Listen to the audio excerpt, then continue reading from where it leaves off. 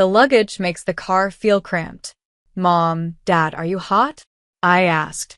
Yeah, it's hard to go home in such a tight space. Amy, do you understand what we're trying to say? Mom suddenly asked. I was confused. What do you mean? You don't get it? You should be thankful for the chance to walk home for 8 hours. It's good for your health, and you should appreciate the opportunity. At that, I finally had enough. Fine, I'll get out of the car. Walking is easy. I can already see our house. They laughed at what I said, but I had a plan. I was ready to get back at them for everything I'd put up with. I'm Amy Adams, a 29-year-old housewife, married for half a year. I met my husband, Adam, in a university hiking club. We're both active and often go on weekend trips. We became close quickly because we enjoyed the same things. Adam was always the leader in the club, making decisions and guiding everyone. Since we started dating, Adam has always been the one in charge of our relationship. I want to eat Chinese food this weekend. It's been a while. He would then say, No, we're going hiking this weekend, Amy. Pack lunch for 2. If I ever complained about packing a lunch last minute, he'd say, Are you trying to argue with me? Adam always made the plans, and what he said was final. I'm not someone who stands up for myself much, so it was easier to just go along with his decisions. But looking back, that only made him more selfish. I decided to marry Adam because even though he could be selfish at times, he seemed dependable. But when we started talking seriously about marriage, Adam said something surprising. Amy, you'll quit your job when we get married, right? But I really like my job, I replied. Why is a woman arguing? Your job is just a hobby. It's not on the same level as mine. You should focus on running the household and supporting my career, which is more important. To Adam, my career didn't matter compared to his. He always made the final decision. I thought about it for a while, but in the end, I decided to quit my job and become a housewife, even though I didn't really want to. I didn't understand why Adam wanted me to focus only on the household when balancing both work and home would be easier. His real reasons became clear after we got engaged. When we visited his parents to share the news, I saw the truth. Mom, this is my future wife, Amy. She's going to quit her job and stay home, Adam said. Then he added, I hope she won't rely too much on my wallet. She doesn't have many skills, but please accept our marriage. Even though Adam was the one who told me to quit my job, his words were harsh. He seemed to think being a good husband meant making me depend on him for money. I realized he saw me as a way to boost his own image, especially in front of his mom. It was embarrassing to be talked down to like that in front of others, but I didn't speak up because I knew Adam would get angry. So, I kept quiet and put up with it. Couldn't you marry a more attractive woman? His mom said. Amy is plain, and since she doesn't work, she doesn't seem to have any special skills. It's like you're taking care of a child in an adult's body. You're so kind to marry someone like her. His mom was happy with the situation. To her, Adam seemed strong and reliable because he protected me. Adam often accused me of spending too much and bragged about being the head of the family. Even though it hurt, I stayed with him because I loved him. I thought it was my duty to take care of him. The more he pushed responsibility on me, the more dedicated I became. Eventually, Adam stopped even simple tasks like putting his clothes in the laundry basket. He had grown up in a household where he didn't learn any chores. Without me, he couldn't even make himself a meal. Surprisingly, Adam was proud of this.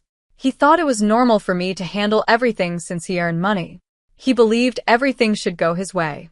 When traffic was bad, he would blame me. Are we driving or standing still? Why did you pick this route? He'd say. I'd apologize. I'm sorry, I should have checked better. Even though it wasn't my fault. Over time, I got used to apologizing for things that weren't my responsibility. 5 months into our marriage, summer came, and the heat became hard to bear. Amy, let's go somewhere cool for our next break. I've already booked it, Adam announced out of the blue, surprising me. Wait, what about my schedule? I asked. Why didn't you check with me? I might have plans, Adam replied. You're a housewife, you don't have plans. And just like that, the travel plans were set. Later, when I saw the credit card bill, it was much higher than usual. Adam, this bill seems off. Is there a mistake? Should I call the card company? I asked. No, it's right. It's for 7 people, he replied. I was confused. 7 people? Why? Obviously, my parents and sisters are coming to the summer retreat too. It can't just be us having fun. It's good to spend money on family. I hope you're not the kind of person who doesn't care about family expenses. Since you don't usually do much, let's make this trip meaningful, he said. While I understood the importance of family, I was upset that he used the card without telling me. I also didn't like feeling like I owed something. Why did you make such an important decision on your own? I asked. Because you're not good at planning. I'm handling everything. Is there something wrong with my decisions? If so, explain why, Adam responded, not backing down. In the end, I had to use the money my parents gave me at our wedding to cover the expenses. My peace of mind was gone, and Adam's controlling behavior was getting worse. He felt it was normal to use my money and time however he wanted. He constantly put me down, and I couldn't complain or ask anyone for advice. Soon, the day of our trip to the summer retreat arrived. We drove a large car with 7 adults. This was only my 3rd time meeting my in-laws. I hadn't noticed before, but it became clear that my mother-in-law took care of everything for my father-in-law. He wouldn't even open a bottle of water by himself, and he never thanked her. My sister-in-law seemed a bit annoyed by this, but her husband helped with housework and always checked if she was tired. I couldn't help but think how nice that was. It made me uncomfortable to see my mother-in-law so eager to serve her husband, but it seemed normal in Adam's family. I wondered if I would end up like her one day. She was strict with me, even though she was very caring toward my father-in-law. At one point during the trip, my mother-in-law suggested, "How about that restaurant for dinner?" I agreed, thinking it was a good idea. Then she said, "Great, you should make the reservation." Surprised, I asked, "You want me to make the reservation?" I was surprised. "You really don't notice anything, do you?" my mother-in-law said. "It's normal for the new daughter-in-law to handle these things. You should have offered to make the reservation." She clearly expected me to fulfill all her requests, just like she took care of my father-in-law. Now, taking care of my in-laws was added to my responsibilities, making everything even more overwhelming. Like Adam, the unspoken pressure was strong, and I wasn't allowed to object. The only support I had was from my sister-in-law, Rachel. She was older than Adam and very organized.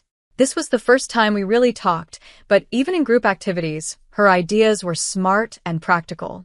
Rachel often stepped in when my mother-in-law tried to make me do something. She understood how frustrating it was to be ordered around because she had gone through the same thing. Adam, however, stayed quiet and seemed to enjoy the trip without a care. "This cool breeze is nice," Adam said. "Maybe it would be great to live in a place like this one day." My mother-in-law breathed in the fresh air and agreed. "Yes, it would be perfect to retire somewhere like this. But it's too expensive, just a dream for us," she said with real disappointment. During the trip, my mother-in-law was busy exploring tourist spots and shops. Surprisingly, Adam knew a lot about the area, even though it was supposed to be his first time there. He confidently led us to places he wanted to visit. His parents adored him and followed along with his plans without any complaints. "Adam, have you been here before?" I asked. "No, this is my first time," he replied. "You seem to know a lot about it, even the best times to visit restaurants," I said. His answer was vague. The truth was that Adam had researched the area thoroughly, probably to make the trip enjoyable for everyone.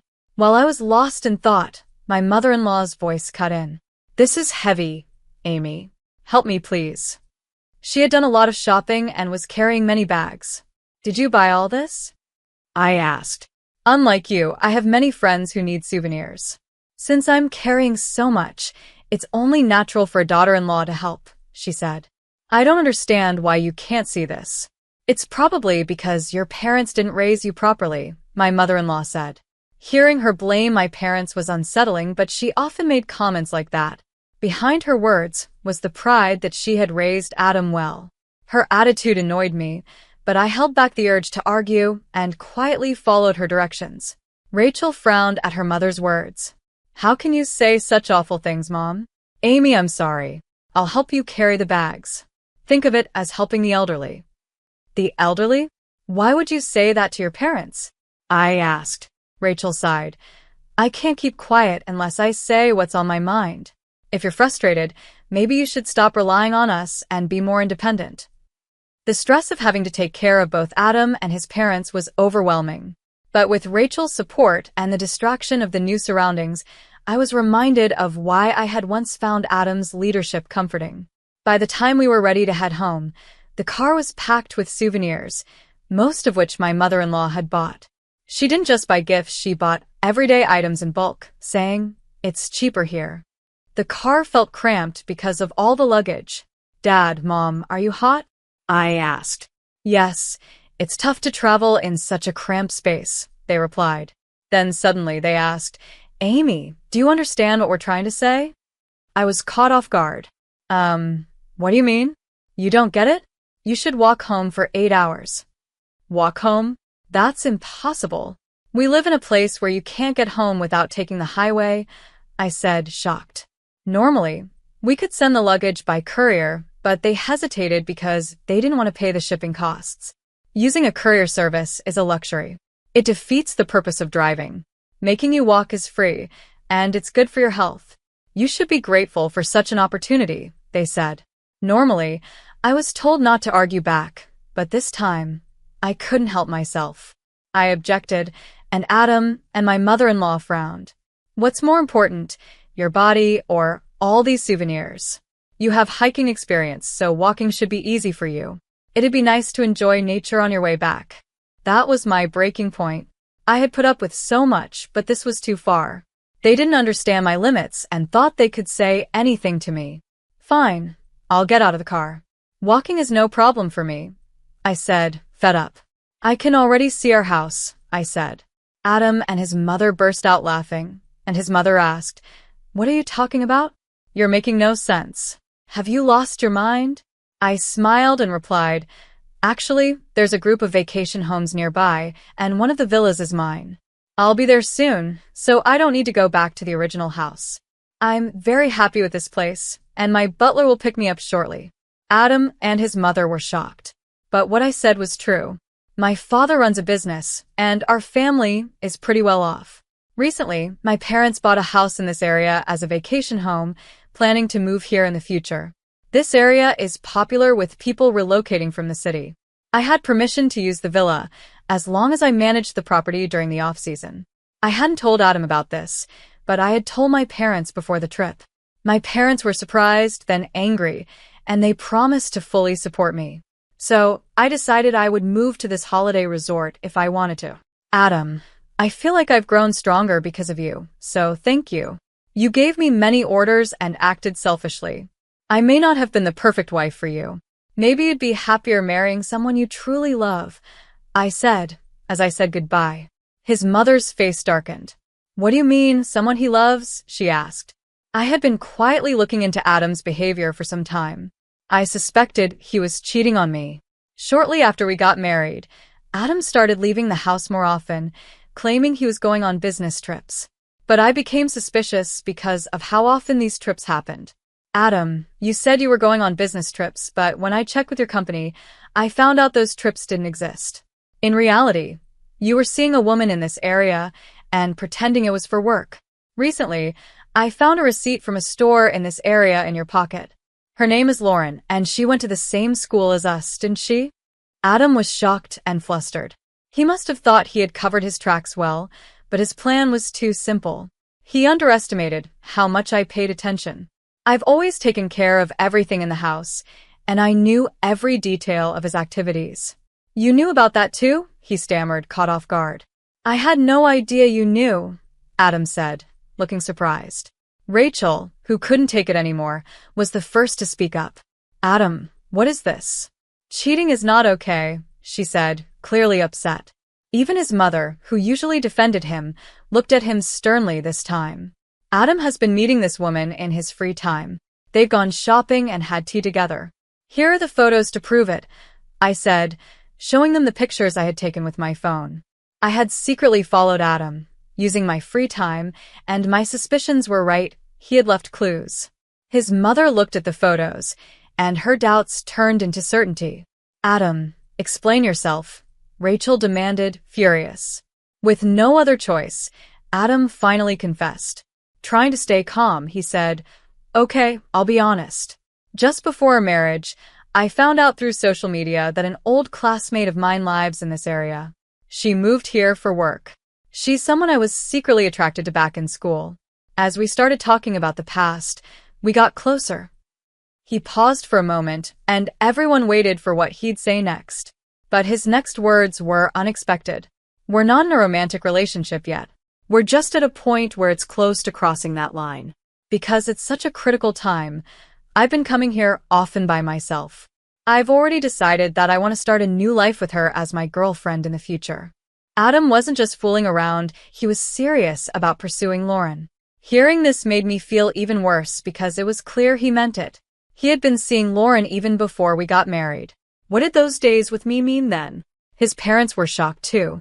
After a moment, his mother asked, "What are you saying? What was your marriage to Amy all about?" "I made a mistaken judgment," Adam replied.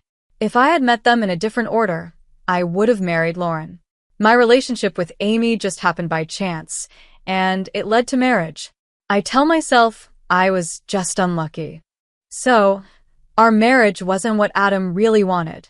He had been intentionally harsh to me after we got married, hoping I would ask for a divorce. Now it made sense why he had been acting more and more selfish. He was only thinking about his own feelings, never considering mine from the start. I realized I couldn't accept being treated like this any longer.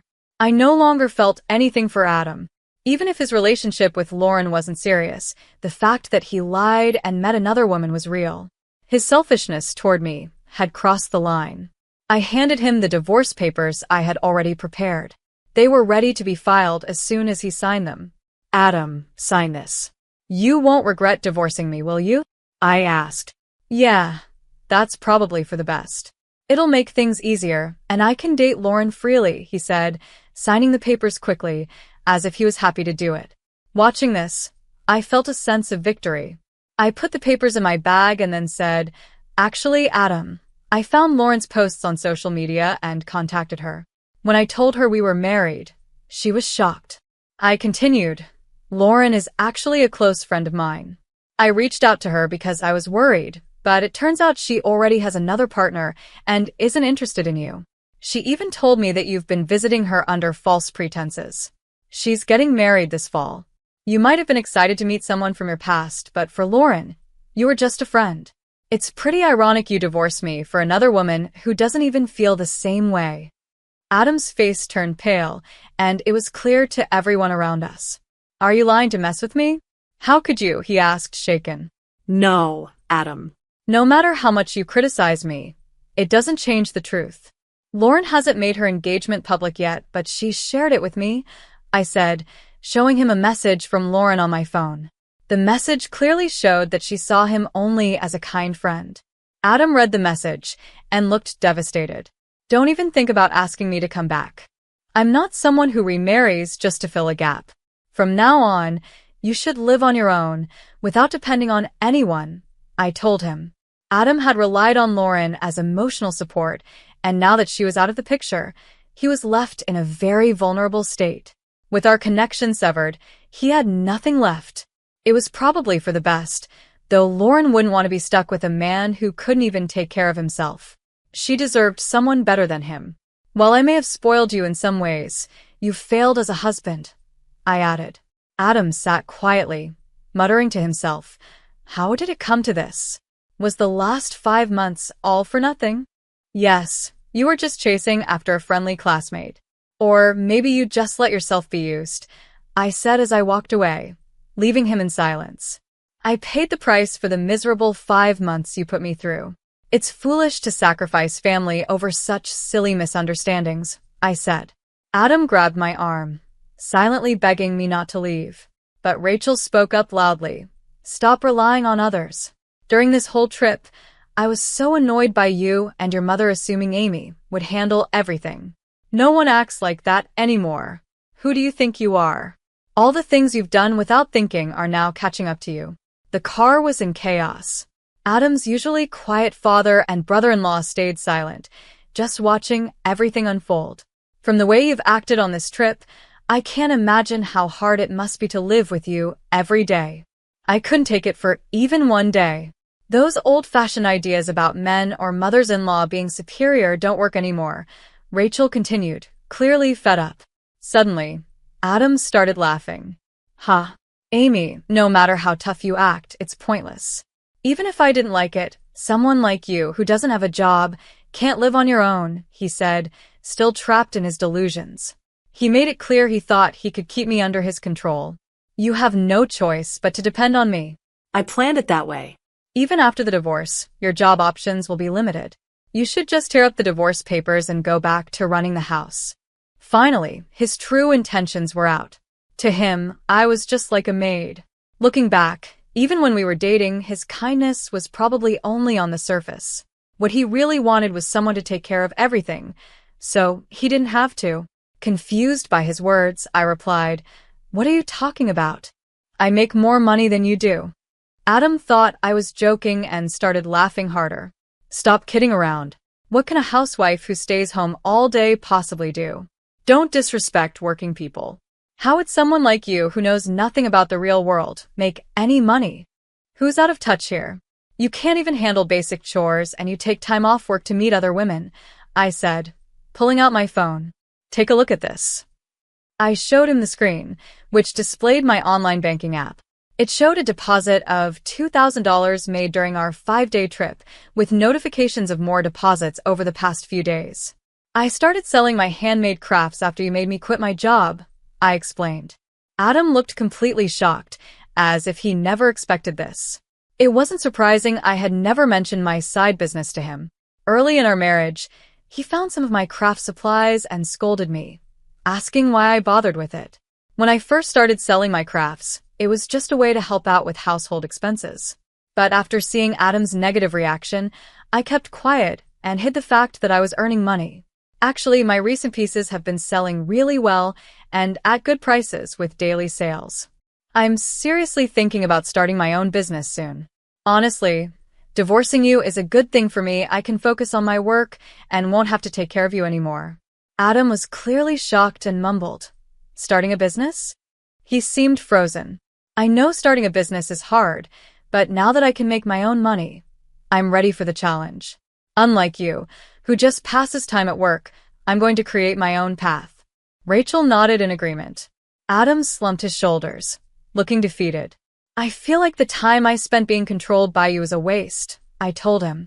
From now on, live your life however you want, but don't interfere in mine. Rachel backed me up, saying, "That's a great idea."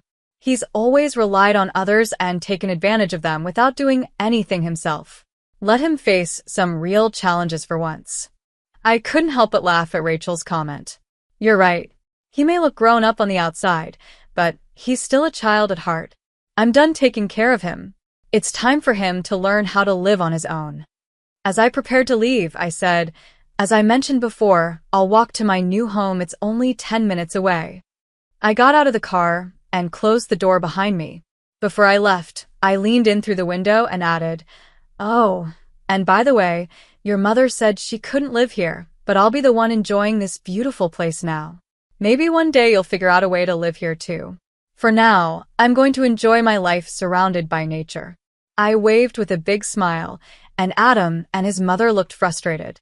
In the end, I finalized the divorce, secured some savings from our marriage, and received compensation for all the hardships I endured. I used that money to start my new business. Rachel and I stayed close even after the divorce. She later told me what happened after I left the car. "It was quite a scene," she said. "Adam completely lost his spirit, and his mother was upset about your new business and your cottage. Those two are hopeless.